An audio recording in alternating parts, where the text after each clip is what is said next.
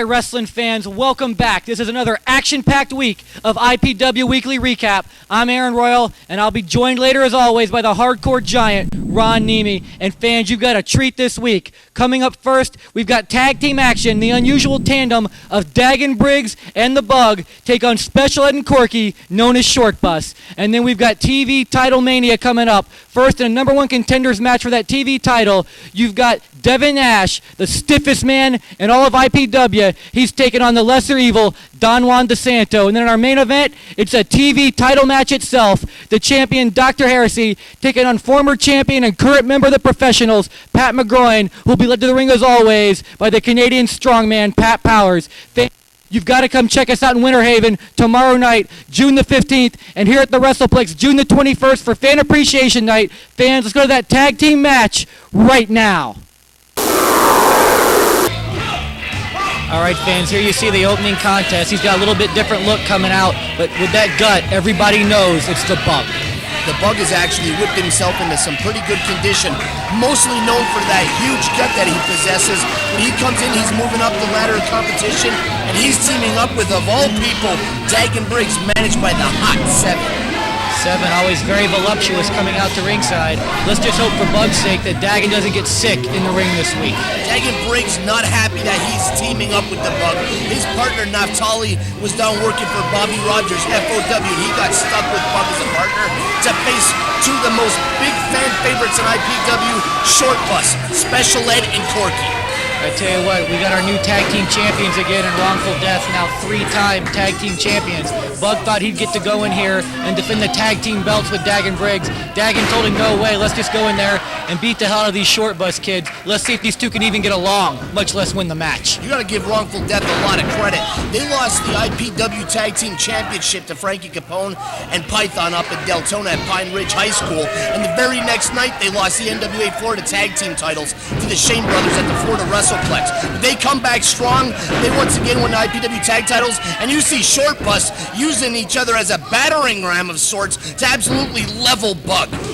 They're a double kick right to the midsection of Bug. Well, double Russian leg sweep, and Bug may be looking better, but right now he's definitely in the short end of the stick against a very popular ShortBus, quickly moving up the ranks here in IPW, and they may be in line for a tag team title shot of their own. Everybody thinks that the ShortBus is basically the comedy relief of IPW.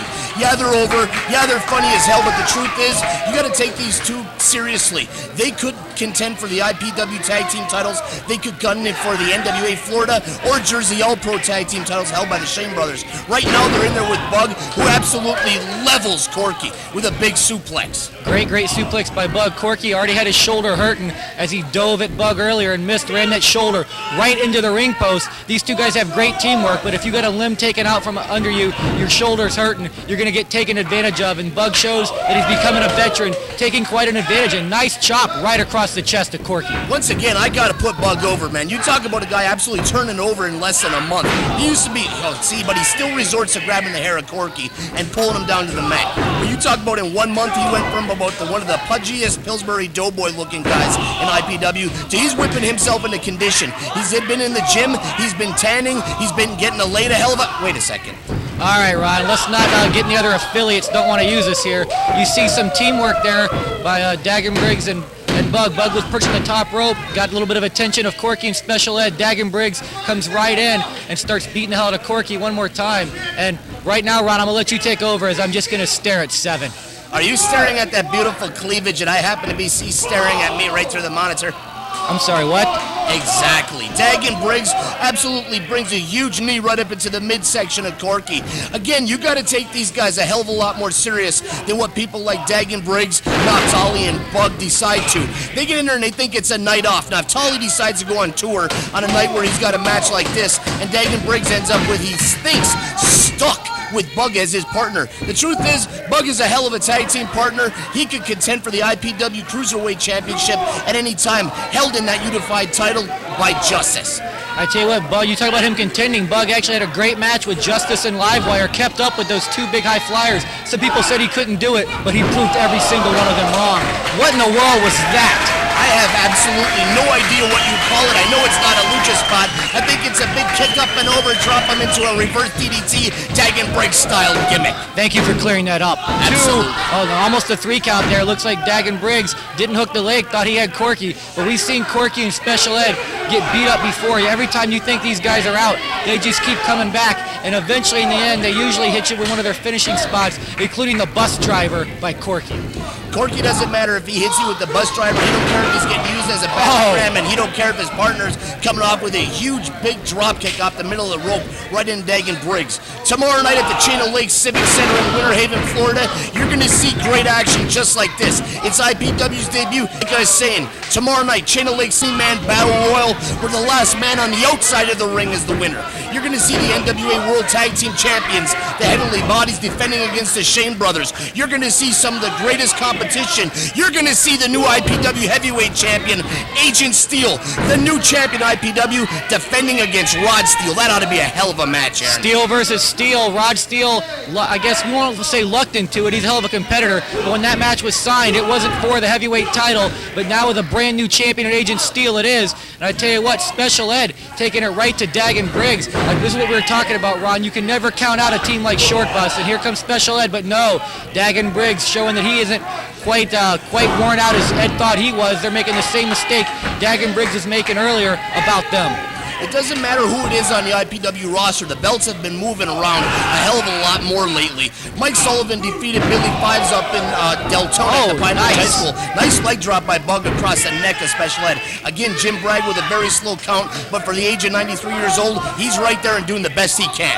I tell you what, we all got to give credit to gentleman Jim Bragg. Most people are on respirators at his age, but he just keeps going and going. And there you see Corky. He didn't wait almost a 3 count there by Bog while Corky just sat in the corner.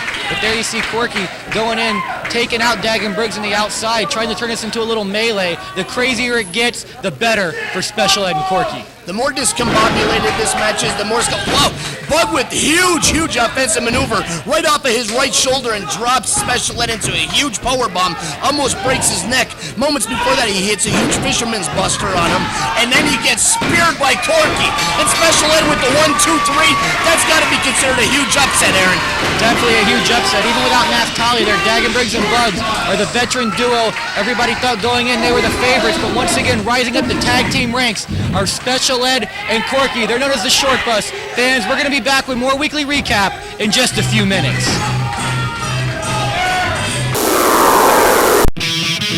I'm the Putz. And this is the hardcore giant, Ron Neimi. And of course, this is our producer, the Foreign Object. Join us Saturdays at 11 on Sports Radio 1010 The Team. We're the home of the Bucks, the Yankees, and now IPW Hardcore Professional Wrestling. it's every Saturday at 11 on Sports Radio 1010 The Team.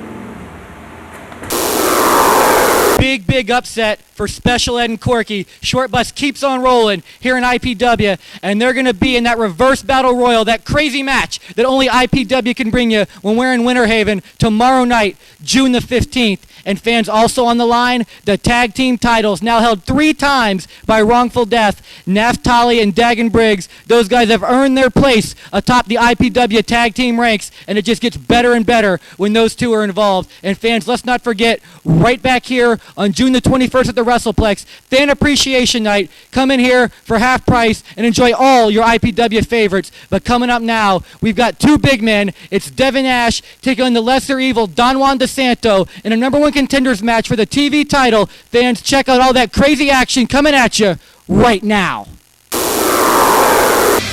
There you see him, fans. He's known as a lesser evil, 555 Juan DeSanto, making quite a name for himself here in IPW by wrestling women and referees, but make no mistake about it, whoever he gets in there with, they're going to have a hell of a fight on their hands. He's had problems dating back for months now with the mullet Richie Rich, who happens to be the referee in this match. You see Shannon Rose in there with a Kamala Ugandan-like gut hanging out. He doesn't know how to hold it in, and he's no fan, and he's no friend of Juan DeSanto. You can see the heat between these two. I tell you what, considering he's wrestled women and referees, I'm sure Juan DeSanto would definitely get in the ring with Shannon Rose. But this week, he has to go in against the stiffest man in IPW, Devin Nash. Talk about luck of the draw or pulling the short stick. You want to talk about getting in there and having to worry about your health and having to worry about going with your head twisted on straight and not busted open right down the middle. He's been in the ring with the most vicious woman in IPW, the Cat. He's fought against the mullet Richie Rich, and now he finds himself in there with the former television champion, Devin Nash. This ought to be brutal. This should be a great encounter between these two big men. Tell you what, Juan DeSanto, like I said, it doesn't matter who he's been in the ring with lately. We've also seen him go toe-to-toe with his former partner and current television champion, Dr. Heresey, who you'll see in the main event of this week's IPW Weekly Recap. And look at him pulling the hair of Devin Nash, already resorting to shortcuts. I tell you though, one thing about Devin Nash, ever since he's been in IPW, he's not going to take that anymore. There he whips him right back into the corner, huge knee lifts right into the massive gut of Juan DeSanto, and there he just throws him out of the ring like a sack of potatoes, as Ron Neimi might say. And right now he's just beating him down and earning that moniker, stiffest man in IPW. A year ago, Devin Nash would have broke that hole cleanly in the corner, and the mullet would have been back filing his nails because he doesn't have to worry whatsoever when Devin Nash is in the ring. It's going to be a nice, clean wrestling match. Not anymore. That's not how things work with Devin Nash. He whips him into the corner, levels him with a clothesline. Instead of breaking the hold, he lets him come out and take a Ric Flair face bump and rolls him over. Hook the leg, Devin Nash. See, he's still not learning. No matter how much he's hanging out with me in the gym, hanging and bagging, trying to put on the size of the Hardcore Giant, or hanging out with 911 Incorporated in our feud with the professionals, he keeps not paying attention when I tell him, hook a leg, Devin. You could get some victories here and there, but he's got too much arrogance. What are you talking about, Ron Neimi? You don't talk to Devin Nash like that when he's in your face, and everybody knows it. We've all seen what happened with the encounters between you two. You two might be on somewhat friendlier terms now than you ever were before because of the professionals, but he's made it quite clear he still doesn't like you a bit. Have you noticed how things have gotten friendlier ever since he brought that beautiful girl? I think her name is Cindy. He brought her to one of the shows, and she gave me that little smile that she does and a wink of an eye. And the truth is, if he's going to keep bringing her around, you're damn right I'm going to be friendly. I love that guy. Actually, what happened is you were spewing off obscenities as usual, got some spit in the face of some fans, and you thought everybody was flirting with you. But right now we need to pay attention to the match because Juan DeSanto is about to tear the leg off of Devin Nash. Juan DeSanto, he can play dirty, he can play nuts if he has to. If he's got to rip off Devin Nash's own leg and beat him over the head like Nash did before back in the WWE or WWF or whatever it was, when he ripped off Mad Dog Vachon's leg at ringside and beat him over the head, Devin Nash will do the exact same thing. All right, Ron Neimi, let's quit going over. You had to find a way to work in an AWA reference with Mad Dog Vachon. You were a little sneakier, but we all know what you're doing, and that's a sneaky maneuver by Juan DeSanto, kicking at the knee of Devin Nash. I'm surprised Richie Rich is letting that go on. Now, Devin Nash is obviously just a small bit taller than I am, but if I was Juan DeSanto... The hell's wrong with you? Like I was saying, he's got a little bit of height on the Hardcore Giant Ron Neimi.